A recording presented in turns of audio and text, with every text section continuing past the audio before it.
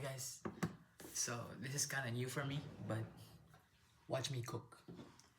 So my recipe for today is cheese pork cutlet. So first we gotta get the ingredients ready. Of course, our meat, pork. This is pork steak, and I know that this is good. Okay, shit, the thing fell.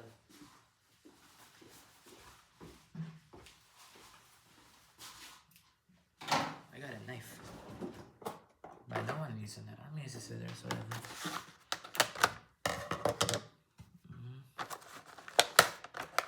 Let's open this up. So my style of getting groceries is I buy 4 kinds of meat. But no, not 4 kinds of meat. I buy 4 packs of meat. It's either just pork or chicken because beef is expensive here in Lithuania. So I stick with pork and chicken. I'm still trying to get like other possible recipes, but right now my favorite one is definitely pork cutlet because it's pork and it's breading. What else do you need, right? Okay, so first steps first. Get your pork right here. Put it here. I'm gonna make 2 for today. And this pack actually came with 5. So 2 more days, I guess. Honestly, I can just use 1, but we're going to be using 2 for this one.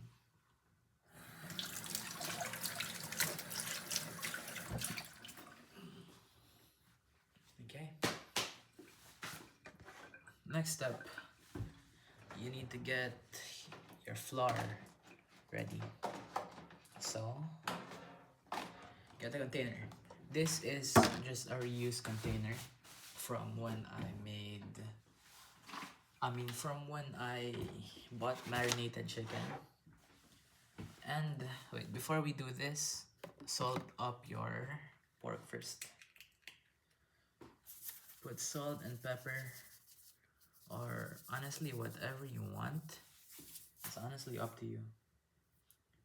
But I'm gonna be putting salt, pepper, and paprika on it. Yeah. It's honestly up to you how much you want. Some people don't really want to add much salt. Some people want a lot of pepper. I still don't get like the meaning of those. I still don't get like why people do that. I mean, but yeah.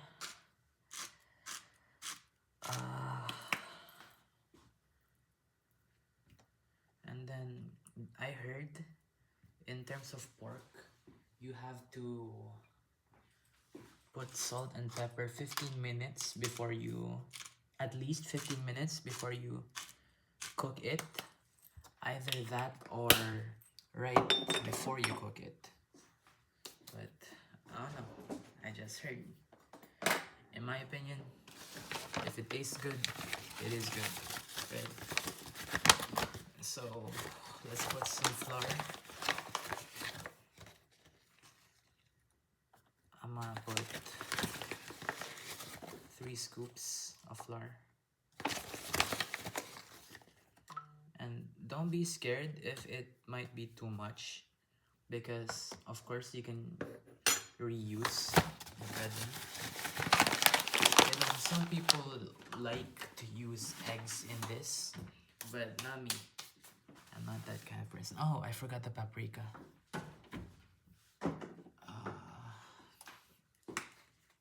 Let's just put some here.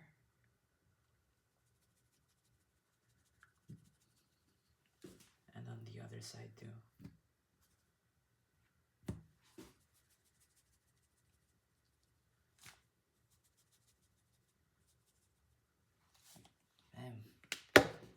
Next, bring out your onion powder, garlic powder, and your sweet paprika. And you're gonna put them all here so that there's flavor. So don't be generous, guys. I mean, be generous, guys. Don't be thrifty, because it's what gives it taste. And aside from this, aside from the breading having taste, we're also going to be putting barbecue sauce, barbecue pork cutlet, barbecue breaded pork cutlet.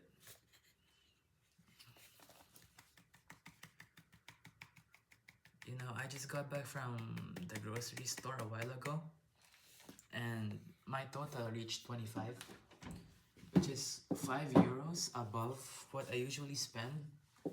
Usually I just spend 20, but since I had to restock on other stuff, like I bought barbecue sauce, I bought mayo also. That's a whole 5 already. Aside from what I usually get, I got this milk also. I got this milk. It's not usually the milk I get. I usually get like the sunflower milk thing, but it doesn't really taste good, so might as well try. Plus, it looks aesthetic, doesn't it? I also got marshmallow in case I bake a cake. The cookies and cream s'mores cake.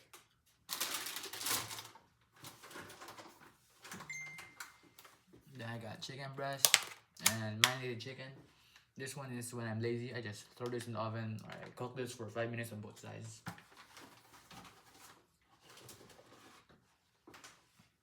Two kinds of the same pork.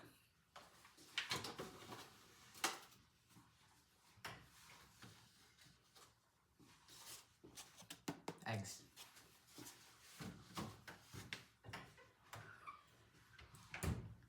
I won't be using eggs today though. Some people like theirs extra crispy, but not me. I just like it like moderately crispy, I guess. Okay, so next, some salt. You don't want it to be like super salty. That's some pepper. Honestly, in the kitchen, this is all you need. Salt, pepper, garlic powder, onion powder, and sweet paprika, and oregano. Then the rest, you can just get it when you're bored. Like turmeric, or like the other types of leaves like basil, parsley.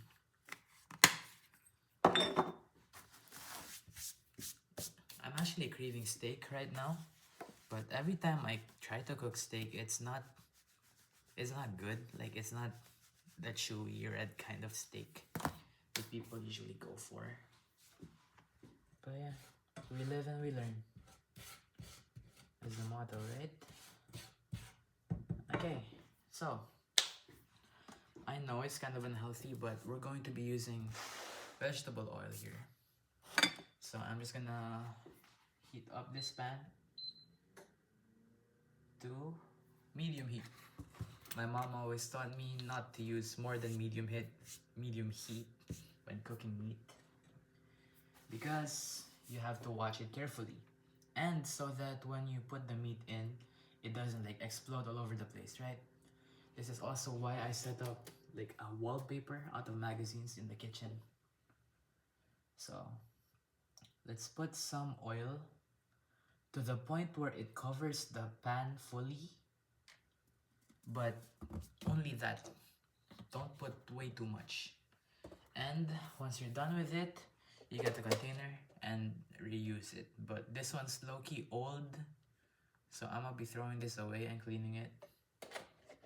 You know, I haven't cooked in this place since my vacation, which just ended like 2 days ago. This is the first time I've groceryed. I ate my leftovers for 2 days first before I went to grocery. So yeah, while waiting for this to heat up, let's put our pork in here. Honestly, this cut of pork is kinda big. Not kinda big, kinda thick. It's thicker than the ones I usually get.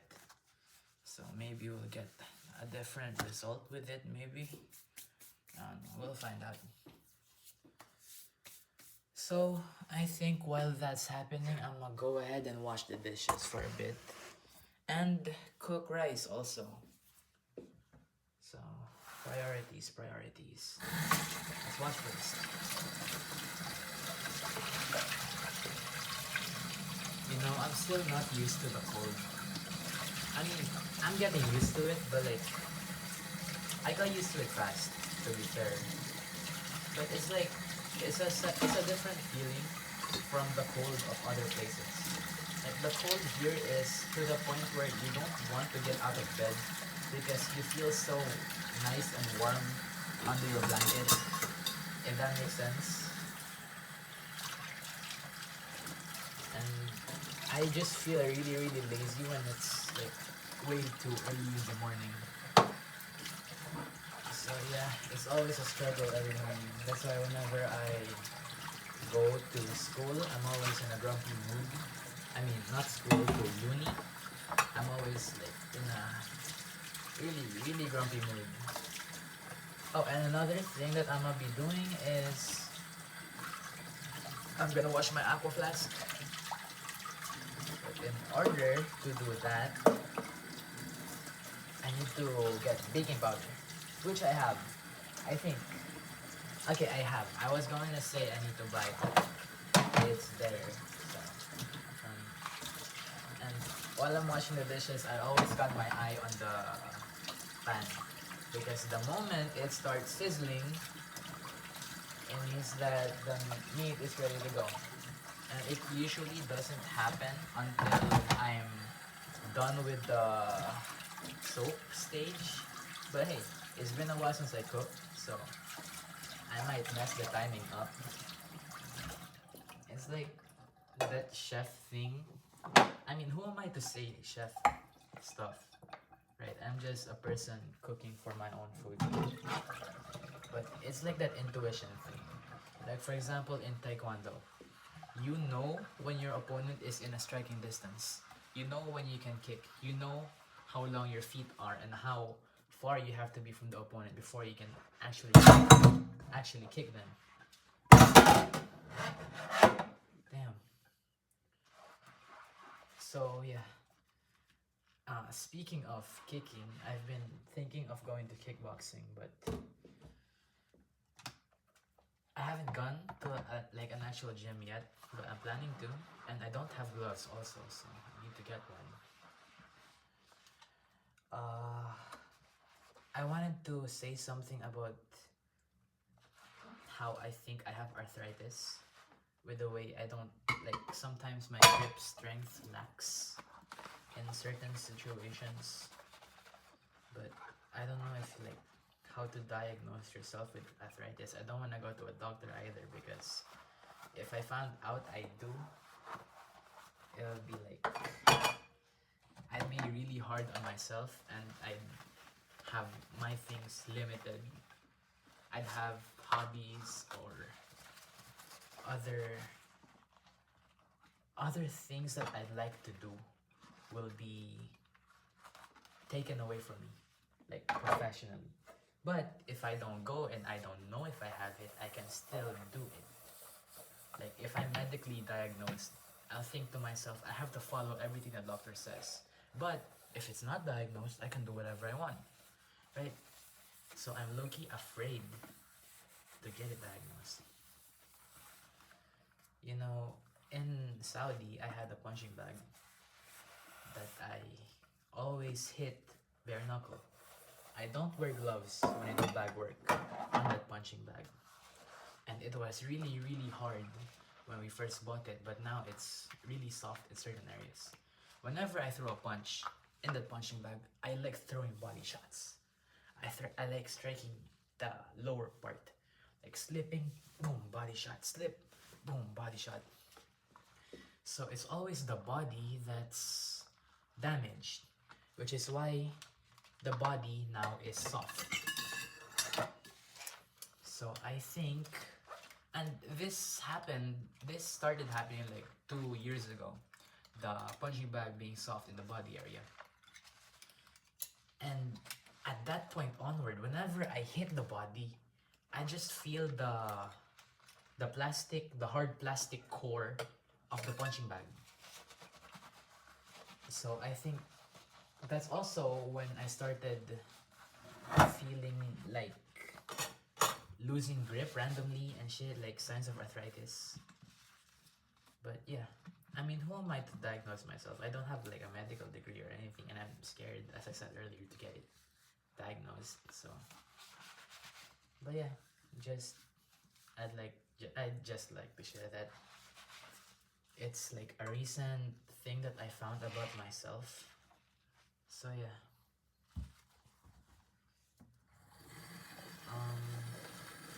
Boxing. My base is taekwondo, so I know a lot of footwork. But I'm short. I'm 5'3". How can I strike when I'm 5'3"? Right? I mean, look at Manny Pacquiao. At least Manny Pacquiao is 5'5" and has kind of long arms.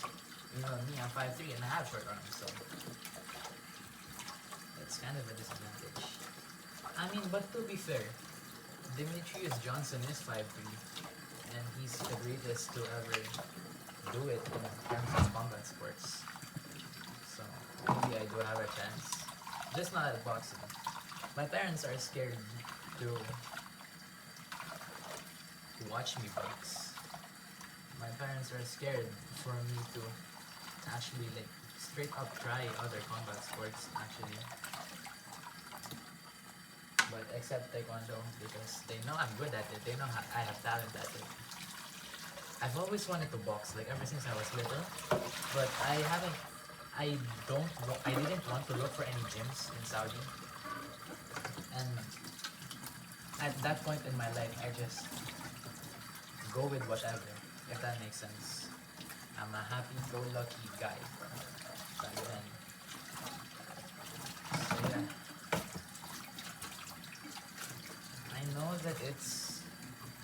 I know that if I started to box from a younger age, I could have been great.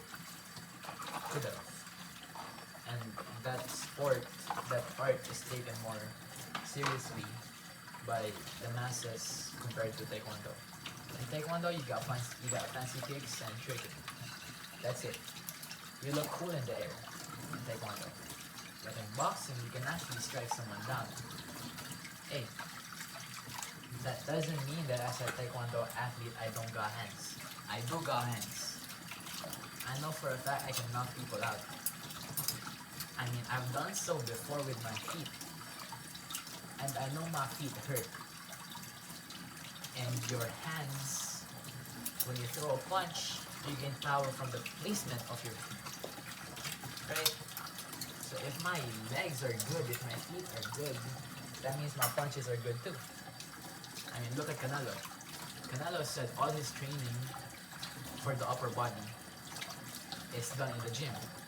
But all of the training for his lower body is done by horses. And he's been riding horses ever since he was a little kid. That's why he got good strength. Because he's training his legs. He's always trained his legs. If that makes sense. If that makes sense. But yeah.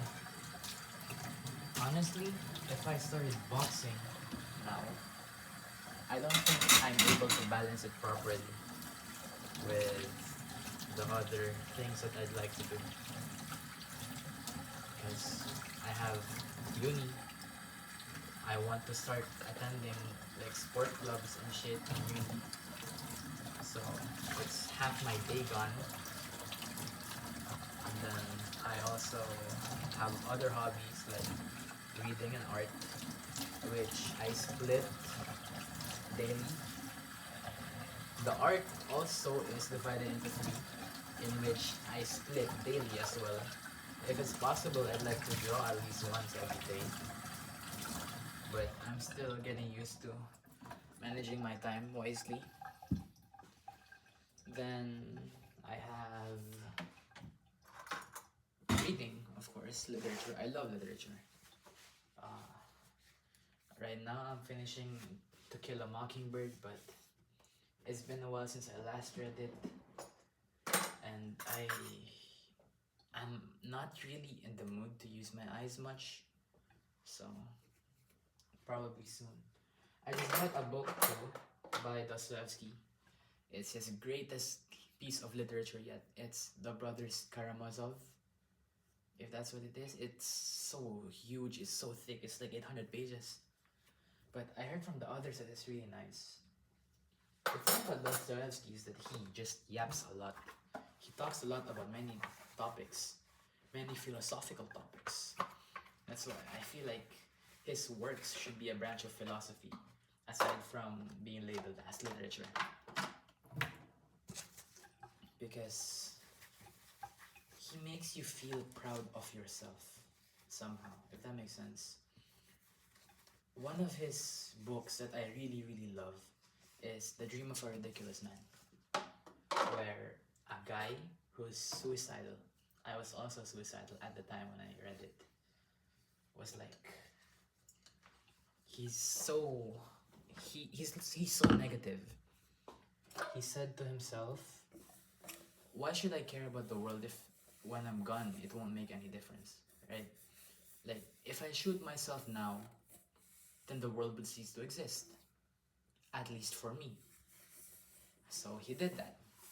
He shot himself in the head, and then he woke up, he got transported to another world, to a perfect world, and he corrupted that world.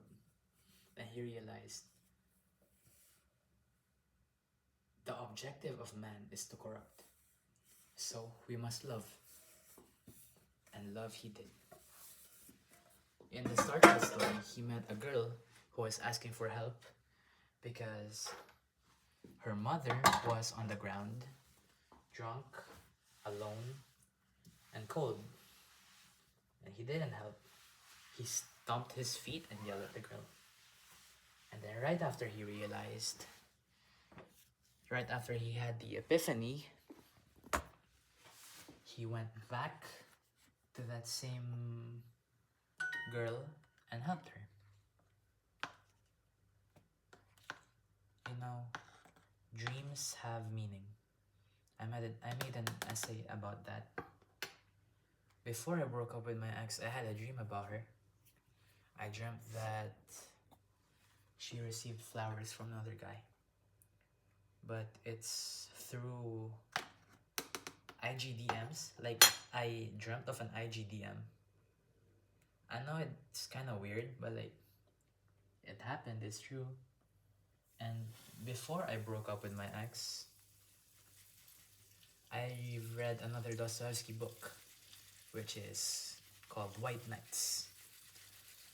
And in this book, there's two characters, the dreamer and Nastenka. The dreamer needs someone to love. Out of everyone in Petersburg, he's the only one to not have anyone. And he's lonely. Then he finds this beautiful girl, Nastenka. And Nastenka finds him too. So, they start talking, and the guy falls in love. I'll be storing this now, by the way.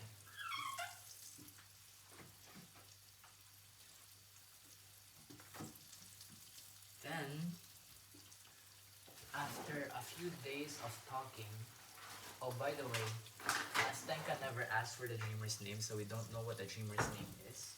But it's probably meant to be a character that everyone can relate to, that's why he's nameless. So,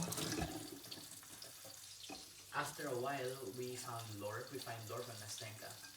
One of the moments that really stuck with me is how Nastenka and her grandmother Nastenka is binded by her grandmother. As in, at one point, her skirt is pinned to her grandmother's dress, so she wouldn't go anywhere. And that cut deep to me because my ex's mom has a leash on her, as in to the point where she can't talk to me without her permission. and her mom really doesn't like me. So it's what led to the downfall of our relationship. But it's not really the downfall because she cheated on me. It's still her decision in the end. It's not her parents' decision. She's the one that chose for it to happen. Even though I was influenced, it's by her parents, it's still her decision and her decision alone. But anyways, so um Nastenka's lore. So after that, Nastenka, wait, Siri, 5 minutes. 5 minutes starting now. So after that, Nastenka met a guy that her parents, that her mom approved of, and this guy, and she loves this guy because her parents approve of their marriage, kind of, or that might not be the only reason. But Nastenka loves this guy.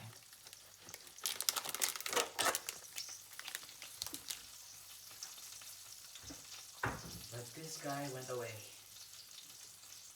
Now, that guy, in the point of the story, comparing me and my ex, that guy might be me. Because she loves me. She loved me. But I know she still does. And I know it's... Okay, I'm not gonna relapse like while doing this, but... Yeah. That guy is me in the story. Because from what I know, from what I understand, what we had was real. And I was the first ever. So, I'm gonna just slice up this chicken so that I can have it ready for tomorrow. So that I can just fry it tomorrow. Anyways, so Nastenka and the guy are in love with each other, right? But the guy had to go away. They had to be separated. The same way me and her separated ways. Because she had to study back in the Philippines while I decided to stay in Saudi. Because I thought that she would also go to Saudi, stay in Saudi. And it was too late for me to change my mind. I stayed in the school that we were in, hoping that she stays. But she didn't. And honestly, that's my fault. I could have gone to another school, to AIS. It's called AIS because it's like American International School. And it's really prestigious and it follows the American curriculum instead of the Philippine curriculum. And I know I would have gotten more opportunities there compared to the Philippines. So yeah. I didn't go there because I wanted to risk the chance of being with my ex. Despite it being slim. Yeah. But hey, we learn from our mistakes. And I still kinda enjoyed senior high. Kinda. Only kinda.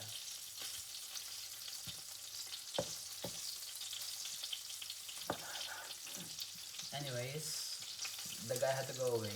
Nastenka meets the dreamer. And she gives the dreamer hope. The dreamer is the guy she cheated on me with. Because of convenience. The guy is there when I wasn't. And I guess that's why the parents love the guy.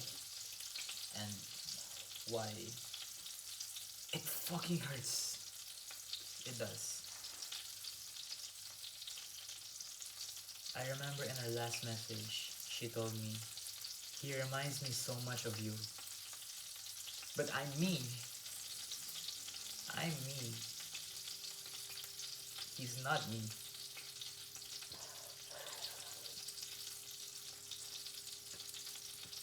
It hurts. It really does. But I'm not me right now without my experiences in life. And that is one of the experiences that I'll cherish. The moments I had with her gave me happiness when I was severely depressed. She helped me get better. I started my journey in self-improvement because of her. But now, I'm doing it solely for myself.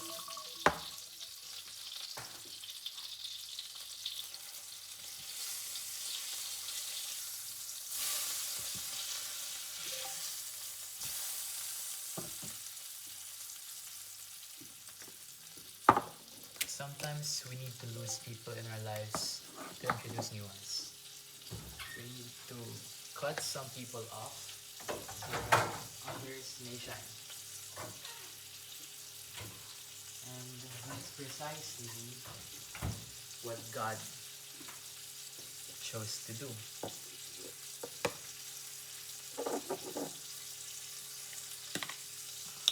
I lost her, but someone else is coming soon. At least that's what I think. But for now, we study, we focus, and we learn. Oh, hold on. The book. So, Nastenka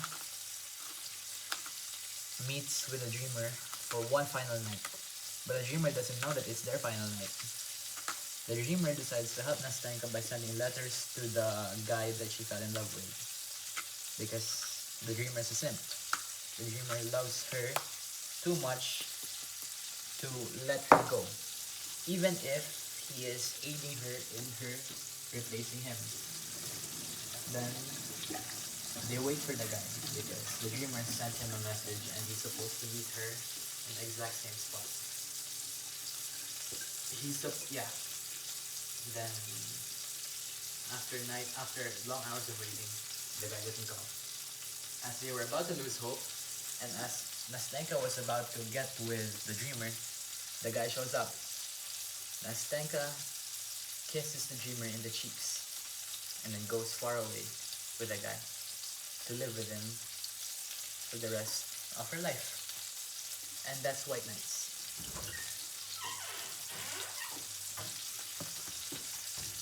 It's a really sad story, but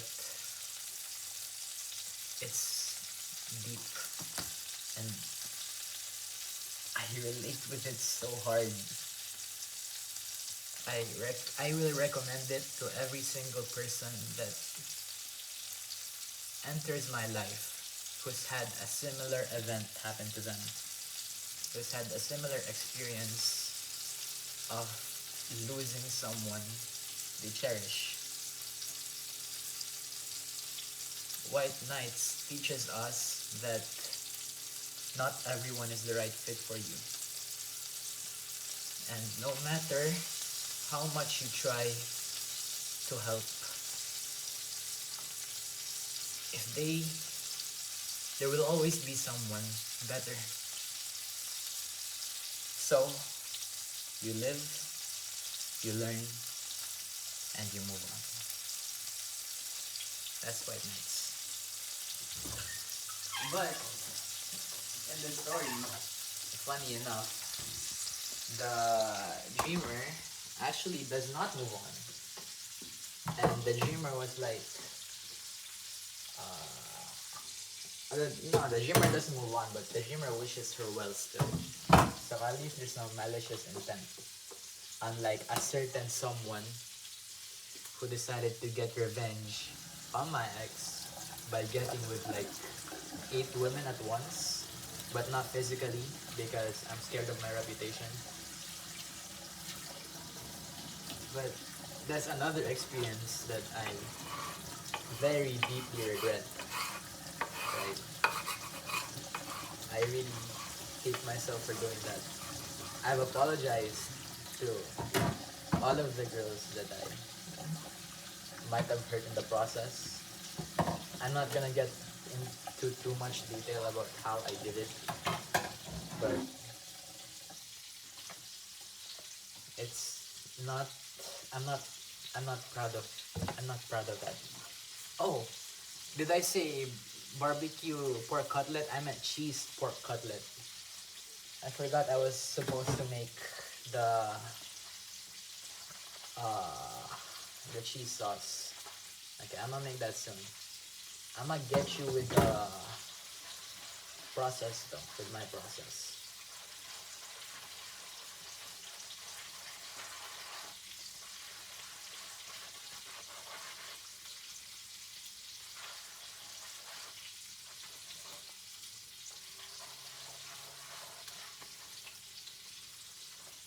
Uh,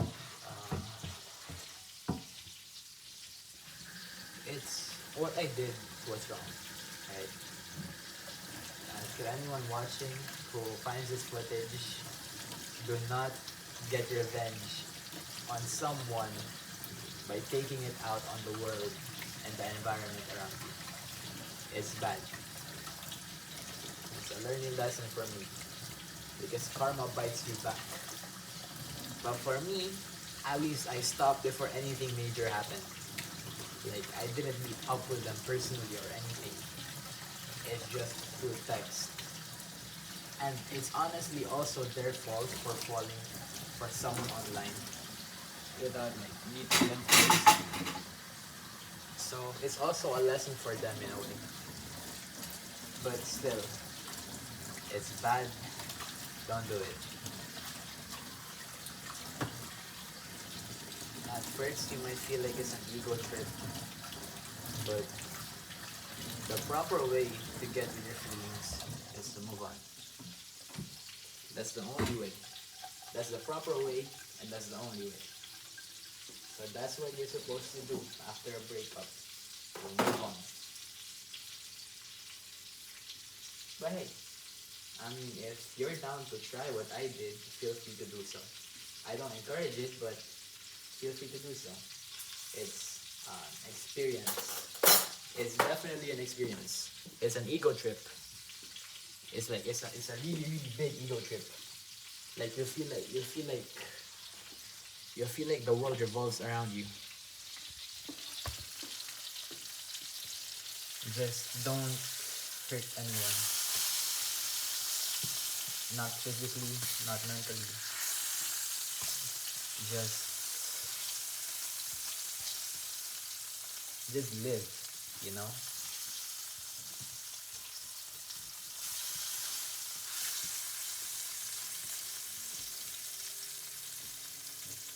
Alright. So we're gonna make a rice now. I bought this rice. I miss eating this rice so much. Where's the scissors?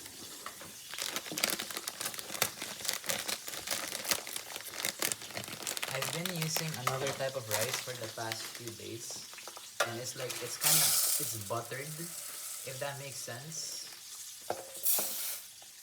Okay, I don't even know how that makes sense. Like it's buttered.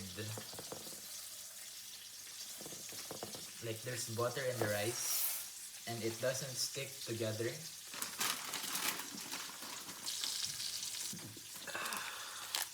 I might try it again soon, bro. It digests easily because it's not sticky. But yeah, it's expensive though.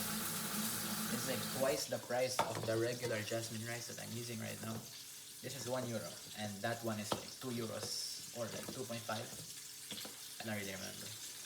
I might get it again soon, but like I'm trying to save, you know. I want to get tickets for the A$AP Rocky concert, which costs $250. It's low-key really expensive, but it's kind of worth it. It's an experience, and I love experiences. I look kind of dark. Whatever. I'm also saving up for gloves for boxing or kickboxing and a guitar because electric guitar. I want to be good at so many things, and with time I will be.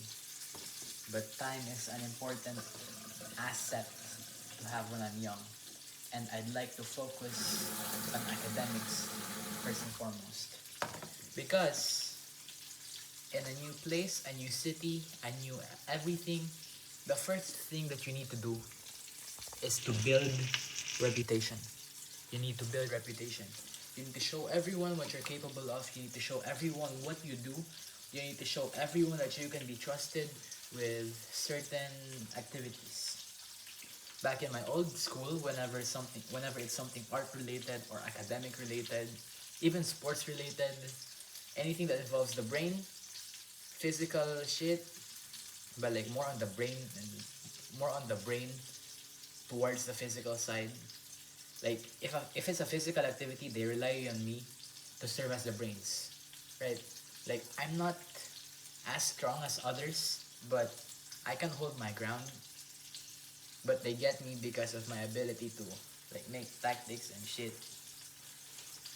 And aside from that, artistic shit. Anything involving the creation of props, the creation of backdrops, posters, videos, edits, any ideas. Any ideas. This guy.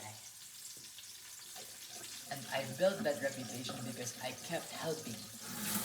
I kept volunteering, I kept helping to the point where I'm known as the guy you should come to whenever something needs to be done.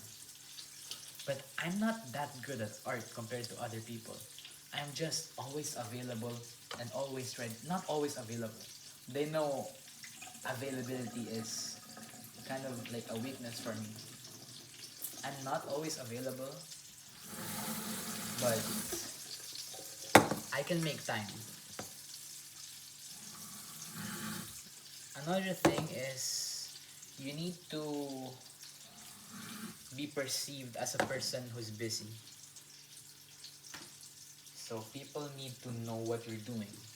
Always. Always document it. Always be doing some shit. Don't just stay at home and play games during the weekend. You have to go out at least once and at least pretend to have done something. Take a picture of your cinema. Take a picture of the outside of a restaurant. Put it on your story, even though you haven't been there. Make others think that you've done something, even though you haven't. Because that is what some people look for. They wanna look for people who are adventurous. They wanna look for people who have and want to do something so that they can have someone to want to do something with them. It's all in the optics. It's all optics. It's always optics.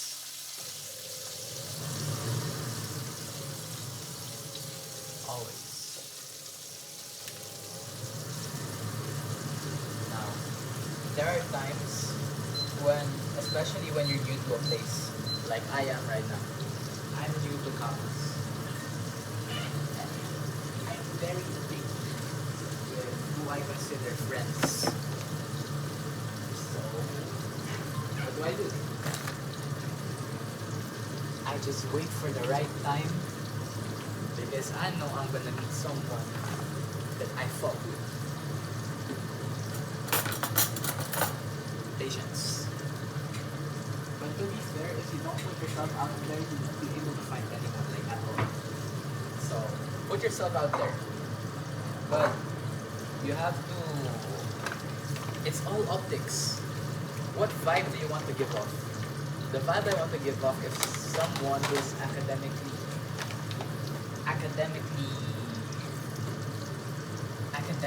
good, I guess.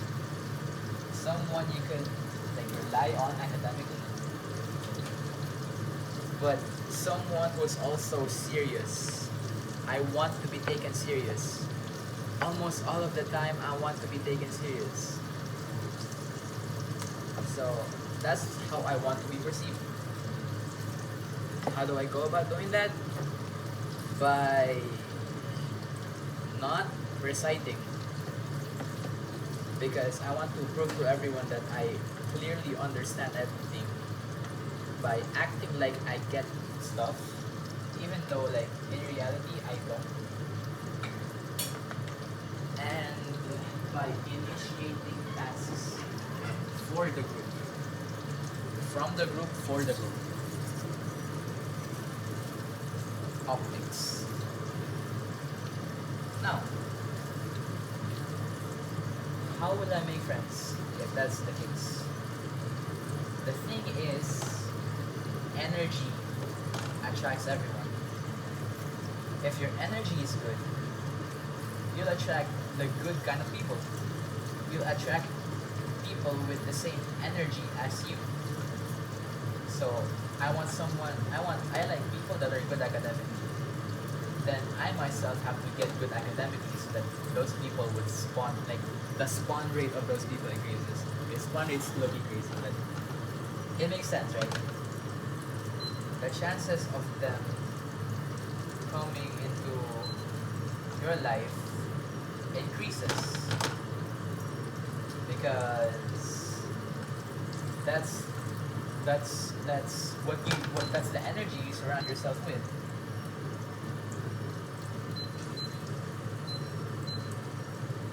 And it's the same for other sports or other like business, like in business or investing.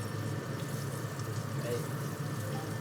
I don't really have enough experience to be giving advice on that, but I know it works the same way. It's all about optics, and it's all about who you attract, who you connect with. So, connect well. Connect with those that are good.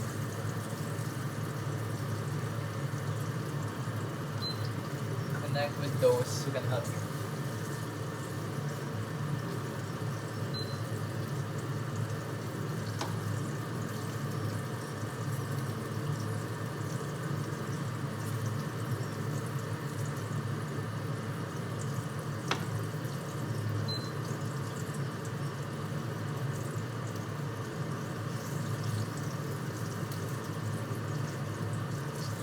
If this,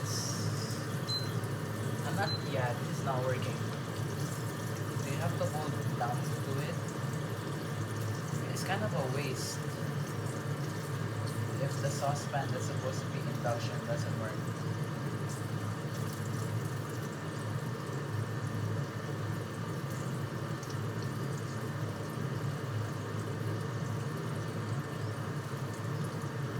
That's a shame.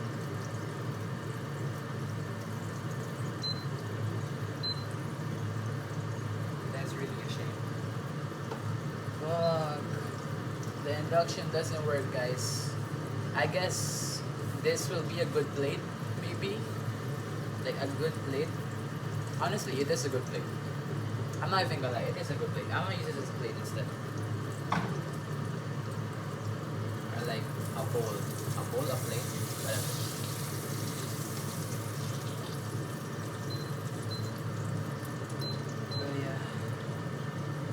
I'ma just get back to you guys when I'm done. I can't believe it's already been an hour and my meat isn't even cooked yet.